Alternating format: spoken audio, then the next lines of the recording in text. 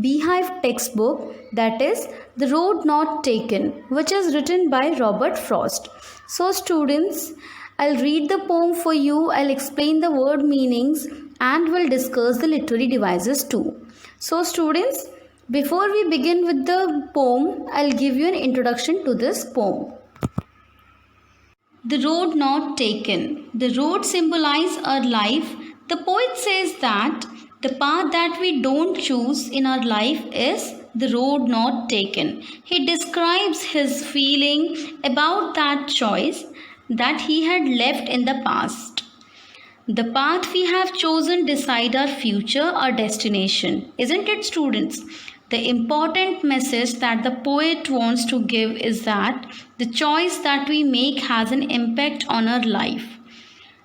And if we make wrong choice, we will regret it later on. And the most important thing is you cannot go back to the previous life, isn't it? So while making choices, you have to be wise enough. So let us start with the poem. So students, let us start with the stanza number 1. Two roads diverged in a yellow wood, and sorry, I could not travel both. And be one traveler, long I stood, and looked down one as far as I could, to where it bent in undergrowth. Now students, here I have given the meaning also. Now what is the meaning of diverge? It means separated and took a different direction. Same here, I have given the meaning of undergrowth as well. It means dense growth of a plant or bushes. Okay students? So basically what the poet is saying in this stanza, that once the poet was walking down a road and then there was a diversion. There were two different paths and he had to choose one out of them. The poet says that as he was one person, he could travel on only one road. He had to choose one out of these two roads. Yellow wood means a forest with leaves which are wearing out and they have turned yellow in color.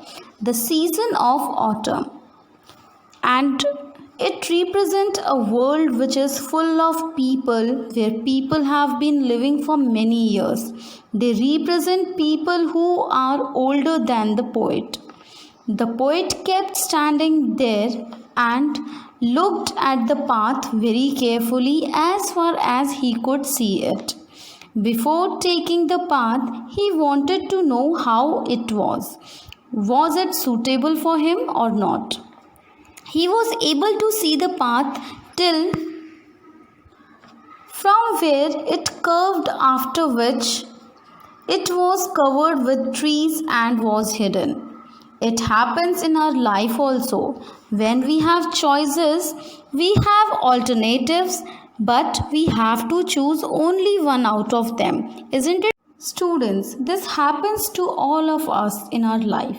We take time to think about the pros and cons, whether it is suitable for us or not, and only then we take the decision on what path we should choose.